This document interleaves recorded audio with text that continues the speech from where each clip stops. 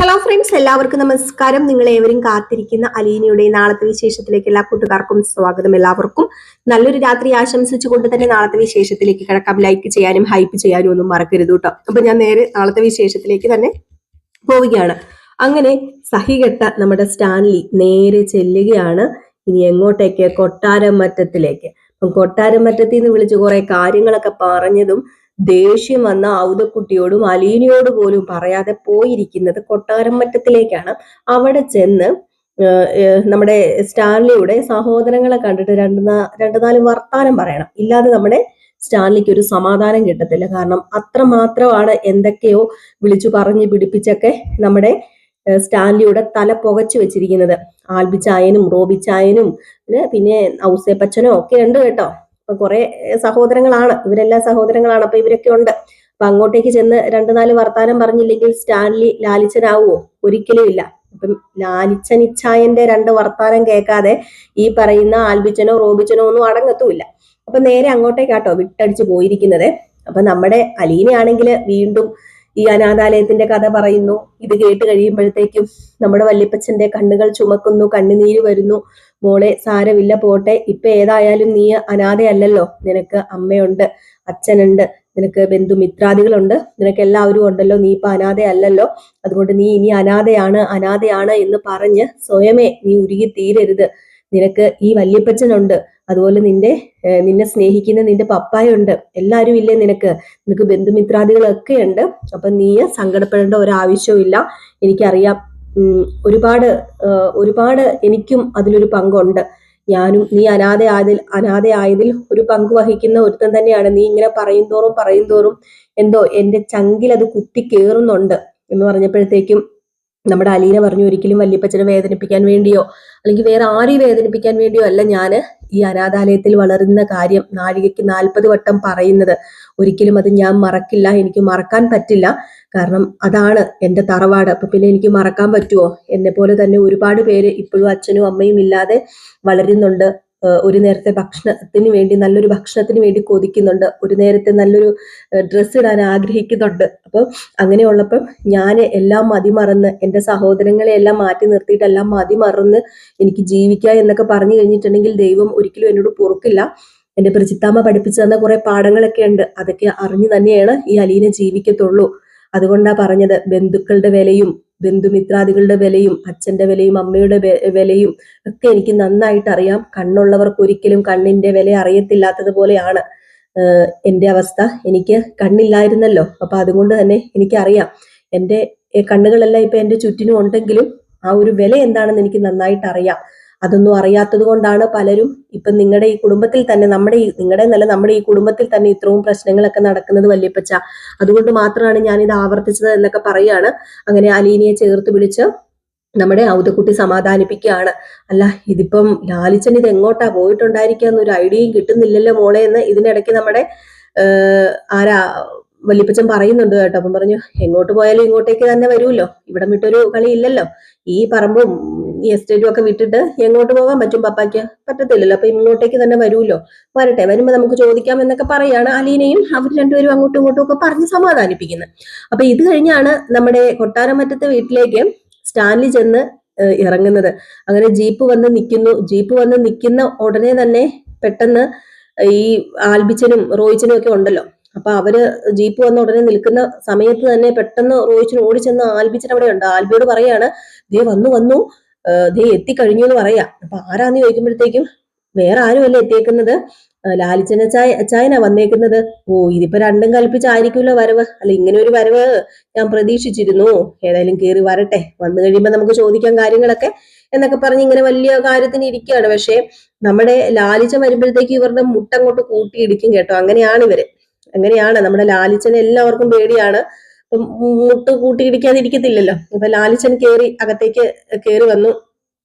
അതായത് എനിക്ക് അങ്ങോട്ടേക്ക് വരാമോ എന്നാണ് ചോദിച്ചത്. അപ്പോഴത്തേക്കും ആൽബി ചോദിക്കുന്നത്, അതെന്തൊരു വർത്താനം പറയുന്നത്? ഇങ്ങോട്ടേക്ക് അച്ചായന് പ്രത്യേകിച്ച് ക്ഷണം സ്വീകരിച്ചാൽ മാത്രമേ വരാൻ പറ്റത്തുള്ളൂ. ഇങ്ങോട്ടേക്ക് കയറി വാ ലാലിച്ചായ എന്നൊക്കെ വിളിച്ച് അകത്തേക്ക് കയറ്റി ഇരുത്തുകയാണ്. അപ്പം നിങ്ങളുടെ ക്ഷണം സ്വീകരിച്ചൊന്നുമല്ല ഞാൻ ഇങ്ങോട്ടേക്ക് വന്നത്. ഞാൻ ഇങ്ങോട്ടേക്ക് വന്നതിന്റെ ലക്ഷ്യം അതെന്താണെന്ന് നിങ്ങൾക്ക് ഇപ്പം മനസ്സിലായി കാണുമല്ലോ. ഒരു ഫോൺ കോൾ ആ സമയത്ത് ഈ ലാലിച്ചൻ ഇവിടെ എത്തിയിട്ടുണ്ടെങ്കിൽ അതിന് കുറച്ച് ലക്ഷ്യങ്ങളുണ്ട്. അതെല്ലാം നിങ്ങളെ പറഞ്ഞ് മനസ്സിലാക്കിച്ചിട്ടേ ലാലിച്ചൻ ഇവിടുന്ന് പോകത്തുള്ളൂ എന്ന് പറഞ്ഞപ്പോഴത്തേക്കും, അല്ല ലാലിച്ചായൻ ഇപ്പൊ എന്തിനാ ലക്ഷ്യത്തിന്റെ കാര്യവും ഞങ്ങൾ പറഞ്ഞ കാര്യമൊക്കെ എടുത്തിടുന്നത്? ഞങ്ങൾ പറഞ്ഞതിൽ എന്താ തെറ്റിയിരിക്കുന്നത്? ഇച്ചായനൊന്ന് മനസ്സിലാക്കിക്കൂടെ? ഒരു അഭിഹിതത്തിലുണ്ടായ ഒരു പെണ്ണിനെ വീട്ടിൽ കയറ്റി താമസിപ്പിക്കുന്നത് നമ്മുടെ കുടുംബത്തിന്റെ അന്തസ്സിന് ചേരുന്നതാണോ? കൊട്ടാരം മറ്റത്തെ വീട്ടിലെ അന്തസ്സിന് ചേരുന്നതാണോ? മാത്രമല്ല 3 മക്കളില്ലേ? പള്ളിക്കാരും പട്ടക്കാരും ഒക്കെ അറിഞ്ഞ്, ബന്ധുക്കളും എല്ലാവരും അറിഞ്ഞ് വിവാഹത്തില് 3 മക്കളില്ലേ? ആ 3 മക്കളെ പോരെ ഇനിയിപ്പം ഈ പെൺകൊച്ചിനെ വേണമെങ്കിൽ എവിടെയെങ്കിലും ഏതെങ്കിലും ഓഫനേജിൽ തന്നെ വളർത്തിയിട്ട് അവർക്ക് വേണ്ടുന്ന കാര്യം ചെയ്തു കൊടുത്താൽ പോരെ? എടുത്തു ചാടി പിടിച്ചിപ്പം കൊണ്ടുവരേണ്ട വല്ല ആവശ്യം ഉണ്ടായിരുന്നോ എന്ന് ചോദിച്ചപ്പോഴത്തേക്കും, മിണ്ടിപ്പോകരുത്, അവള് ഇനിയും ഞാൻ ഓഫനേജിൽ ആക്കണം എന്ന് പറയാൻ നിങ്ങൾക്കൊന്നും മനസാക്ഷിയില്ലേ?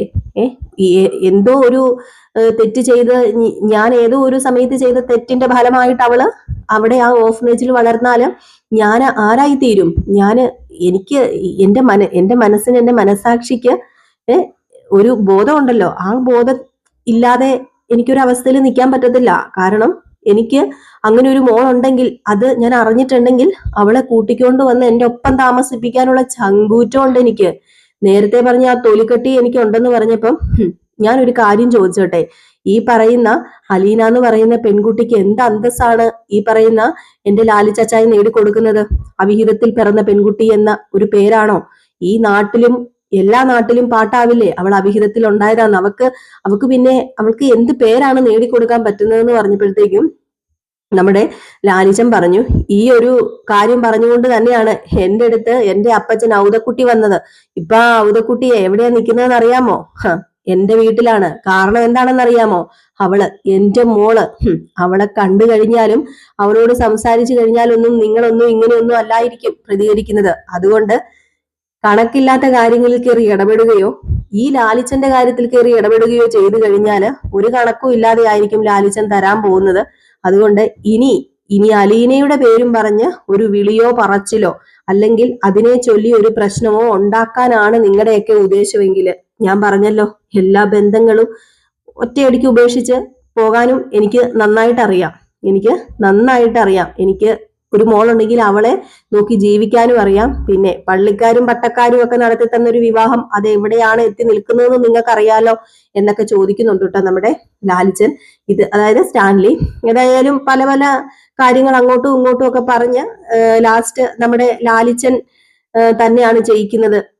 ഈ സഹോദരങ്ങൾക്ക് മുമ്പിൽ ലാലിച്ചനെ അങ്ങനെ പറ്റത്തുള്ളൂ. ലാലിച്ചൻ പിടിച്ച മൊയിലിന് 100 കൊമ്പ് എന്ന മട്ടിൽ തന്നെയാണ് ലാലിച്ചൻ അങ്ങനെ അവിടെ നിന്ന് ഇറങ്ങി പോകുന്നത്.